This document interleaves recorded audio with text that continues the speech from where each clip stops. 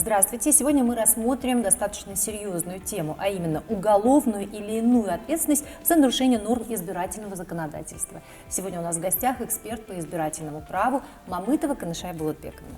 Канышай Болотбековна, здравствуйте! Мы достаточно подробно говорили о зоне ответственности и компетенции избирательных комиссий, правоохранительных органов. Вот возникает такой важный вопрос. Правоохранительные органы могут привлекать лиц, которые нарушили нормы избирательной кампании, к уголовной ответственности? Уполномочены ли они? И если да, то за какие правонарушения? Очень серьезный вопрос. В этом вопросе очень важно понимать, что у правоохранительных органов есть определенная компетенция, она отличается от компетенции избирательных комиссий. То есть если избирательные комиссии, они имеют право сами применять какие-то санкции, да, там, в виде отмены регистрации, либо тех же самых денежных санкций, либо там, отмены итогов голосования, то у правоохранительных органов ситуация обстоит немного другим образом. Правоохранительные органы, они вправе рассматривать заявления, но они не вправе по результатам рассмотрения этих заявлений делать вывод о том, виновно какое-то лицо в том или ином преступлении или нет, и привлекать его к ответственности в виде наложения штрафа или там, лишения свободы. То есть задача правоохранительных органов в этом случае расследовать весь имеющийся материал, рассмотреть его и передать его уже в судебные органы, если есть какие-то доказательства виновности, и уже, получается, суд будет решать, виновно лицо или нет, если виновно, то в какой степени, и, соответственно, решать, какие меры ответственности применять к этому виновному лицу. То есть накладывать на него большой денежный штраф там, в рамках кодекса о проступках или уголовного кодекса, либо лишать свободы там, на какой-то определенный срок. И в этом случае, получается, компетенция правоохранительных органов, она в рассмотрении заявлений о тех или иных нарушениях. И здесь очень важно понимать, какого рода заявления могут рассматривать правоохранительные органы вот в рамках избирательного процесса. Здесь есть две категории дел. Первая категория дел, заявления, по которым они могут рассматривать, это заявления по кодексу о проступках, то есть о совершении тех или иных нарушений, которые, возможно, содержат состав проступков. Это две статьи в Кодексе о проступках, 87 прим. 1 и 87 прим. 2. Это злоупотребление административным ресурсом и предоставление кандидатам заведомо недостоверных сведений. Это новые статьи, они были внесены в 2020 году. И были введены в связи с тем, что вот такого рода нарушения, они характерны для нашей избирательной кампании. То есть, допустим, не очень часто, но мы видели на практике случаи, когда уже будучи депутатом Джорху Кенеша, выяснялось, что у того или иного депутата, оказывается, есть гражданство другого государства. То есть при своем выдвижении и регистрации он эти сведения сокрыл. И он нес ответственность только в виде лишения депутатского мандата. А то, что все это время человек работал, принимал какие-то политические решения, получал в конце концов заработную плату в виде, в качестве депутата Джорху Кенеса, вот это все оно нивелировалось. И поэтому вот была введена такого рода ответственность.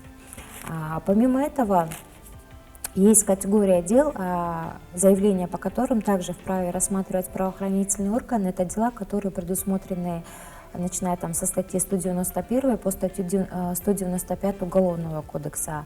Это и воспрепятствование осуществлению избирательных прав, в том числе там, нарушение тайны голосования, это и подкуп избирателей, это и фальсификация итогов голосования, это и незаконное использование денежных средств в ходе выборов или референдума. То есть по вот этой категории дел правоохранительные органы, они вправе рассматривать заявления, расследовать, устанавливать виновных лиц, степень их причастности и так далее, и далее уже передавать материалы в суд для привлечения к ответственности.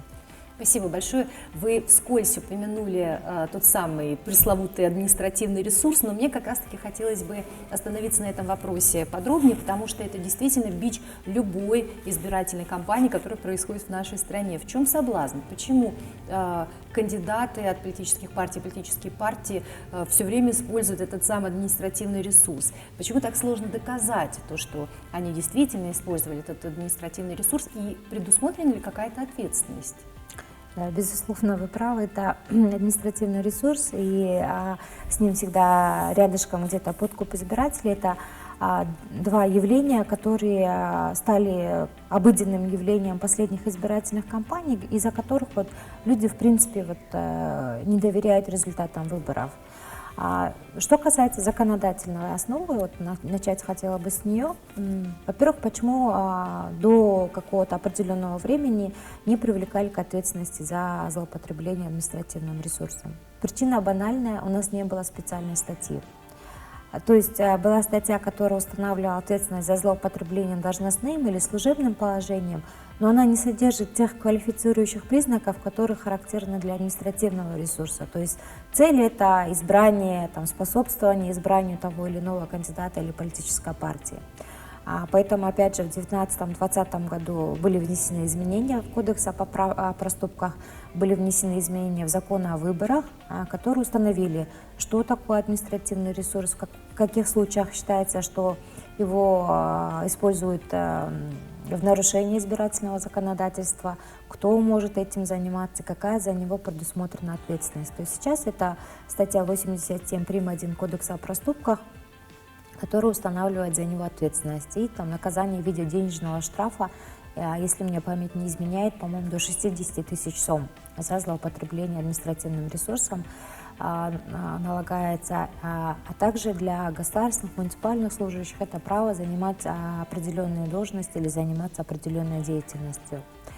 Что касается подкупа избирателей, как второго негативного явления, характерного для наших выборов, то также до 2019 года за подкуп можно было привлекать к ответственности только кандидатов, их близких родственников, доверенных, уполномоченных. Ну и понятно, что ни один кандидат, он сам напрямую не раздает эти деньги, или его родственники этим не занимаются. Это всегда делается через третьих лиц, тех же самых агитаторов, пресловутых домкомов, квартальных и так далее.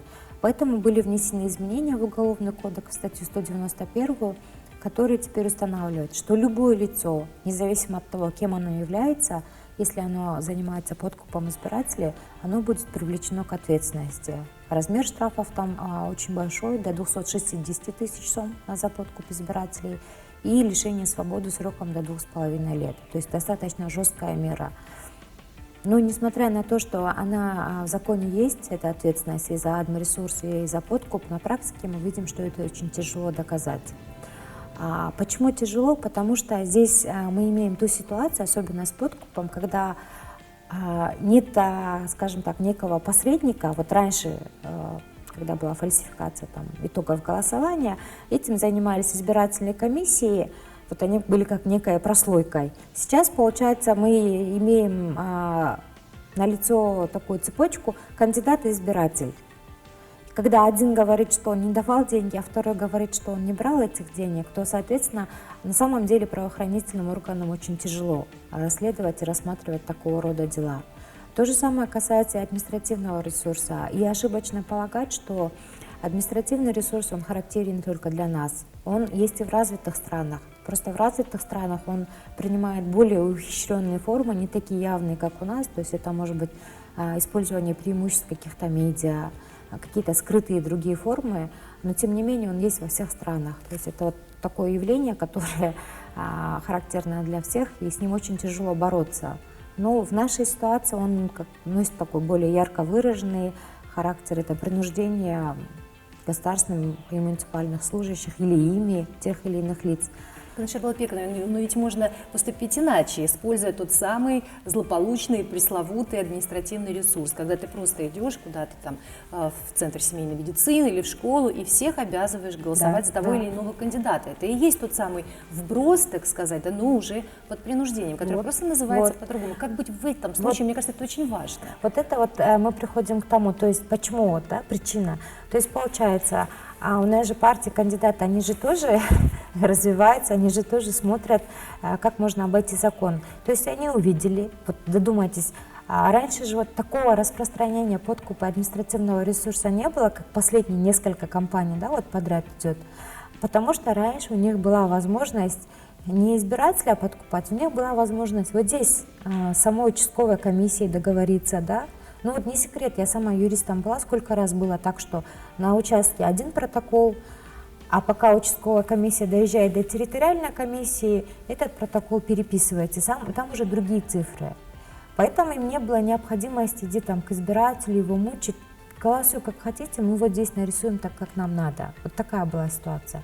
Из-за того, что вот эти автоматически считывающие урны, из-за того, что идентификация, у них нет теперь возможности вот на участке, скажем так, беспредельничать, и поэтому вот этот вот беспредел, он вышел наружу, за пределы участка. Почему Другие мы говорим? способы воздействия. Да, и это подкуп и административный ресурс. То есть абсолютно правильно то, о чем вы говорите, и это причина одна из распространения подкупа и админресурса, то, что здесь мы вроде вот все автоматизировали, но они тогда решили пойти туда и напрямую уже с избирателем договариваться или давить на него для того, чтобы вот таким образом воздействовать на его волеизъявление. И здесь, опять же, это на самом деле очень тяжело. Допустим, вот на прошедших местных выборах мы видели кучу видеоматериалов, на которых мы видим, что возле участков стоят люди со списками, и вот так стоят и отмечают.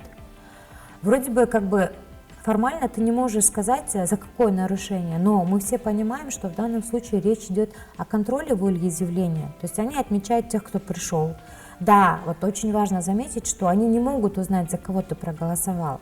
Это очень важно, потому что многие люди до сих пор думают, что каким-то образом они узнают, что они проголосовали не за того, кого надо. Тайна голосования у Тайна нас голосования соблюдается обеспечена, да, абсолютно. Когда вот эту, даже бюллетень вы ложите, этот бюллетень в автоматически считывающий урну, вы ложите его лицом вниз, то есть не той стороной, на которой отметка.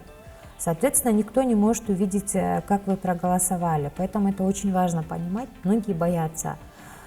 А они, получается, стоят и примерно смотрят. Вот они сказали, что моих 10 человек придет. Вот они смотрят, пришли эти 10 человек или нет. То есть это уже фактически речь идет о контроле волеизъявления. И здесь, конечно, очень важна работа, опять же, правоохранительных органов, которые во взаимодействии с избирательными комиссиями должны пытаться расследовать такого рода дела и устанавливать виновных лиц.